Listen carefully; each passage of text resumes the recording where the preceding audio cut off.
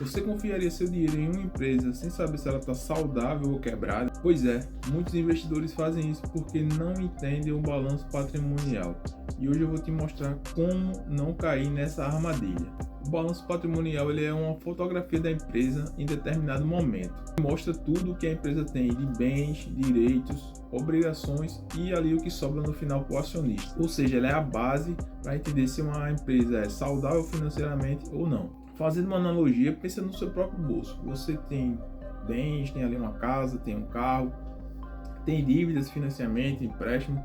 O que sobra no final, dentre os seus bens e os seus empréstimos, vai ser o seu patrimônio líquido. Se os seus bens forem maior do que os seus empréstimos, seus financiamentos, então seu patrimônio líquido vai ser positivo. Caso os seus bens sejam menores do que suas obrigações, o seu patrimônio líquido vai ser negativo. A estrutura do balanço é composta por ativos, que é tudo que a empresa tem, passivos, que é tudo que ela deve, e patrimônio líquido, que é o que sobra ali para o acionista no final do dia. A estrutura ela é subdividida. Dentro do ativo a gente tem o ativo circulante e o não circulante. Dentro do circulante a gente tem caixa, estoque, clientes, bancos, tudo ali que faz parte do curto prazo da empresa. E no não circulante é tudo que faz parte do longo prazo da empresa, que é investimentos, imobilizado, tudo que ela vai realizar a longo prazo. Da mesma forma é o passivo. No passivo a gente tem o passivo circulante e o não circulante.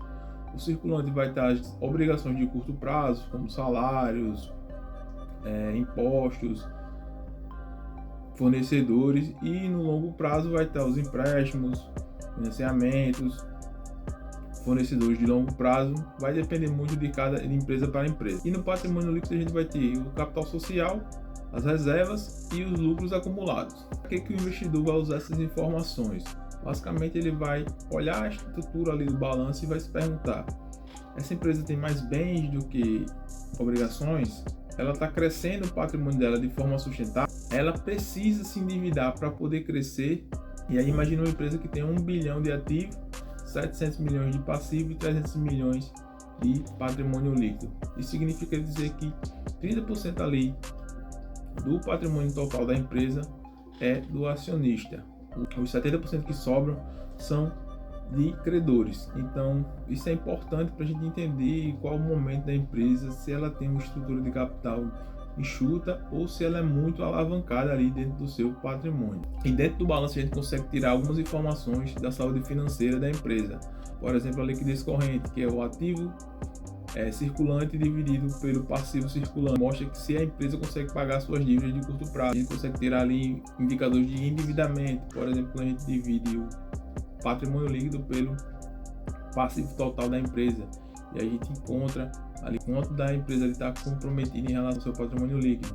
Outra informação muito importante que você consegue tirar ali do balanço patrimonial é o estoque, e lá você consegue ver se a empresa necessita de muito estoque, se ela consegue se desfazer do estoque de forma acelerada, se ela precisa ter menos estoque no seu patrimônio do que outras empresas concorrentes. E aí você consegue fazer uma análise mais robusta sobre aquela empresa. Uma outra ótica que você pode ter sobre o balanço patrimonial é a seguinte: o balanço ele é composto por origens e destinos de recursos. No passivo a gente vai ter as origens dos recursos, ou seja, vai ter lá fornecedor, vai ter o capital do sócio, vai ter um adiantamento de um cliente. Por que o passivo é a origem dos recursos?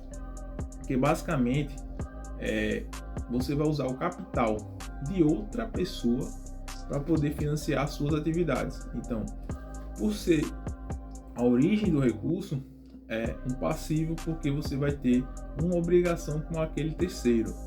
E aí, com esse recurso em mãos, de acordo com o método da partida dobrada, você tem que destinar esse recurso para alguma coisa que você vai, para alguma coisa que a empresa vai fazer ali nas suas atividades. Então, toda vez que você tem uma origem, você tem um destino.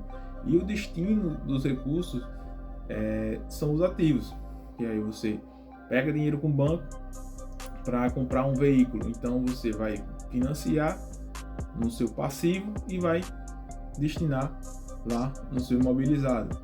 Outra coisa, Quando o sócio faz aporte de capital dentro da empresa,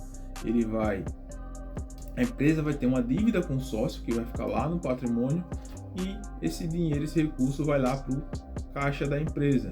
E basicamente é essa a visão que você tem que ter. Os passivos vão ser origens e todos os ativos vão ser destinos. Para recapitular, hoje você aprendeu que o balanço patrimonial ele consolida ali as dívidas, os bens e o patrimônio dos sócios em relação àquela empresa. Com isso você já consegue fazer algumas análises e tirar algumas informações a respeito daquela empresa e se faz sentido ou não investir nela. E se esse vídeo te ajudou, deixa o like, se inscreve no canal para você não perder os próximos episódios dessa série onde eu vou falar de DRE e de DFC.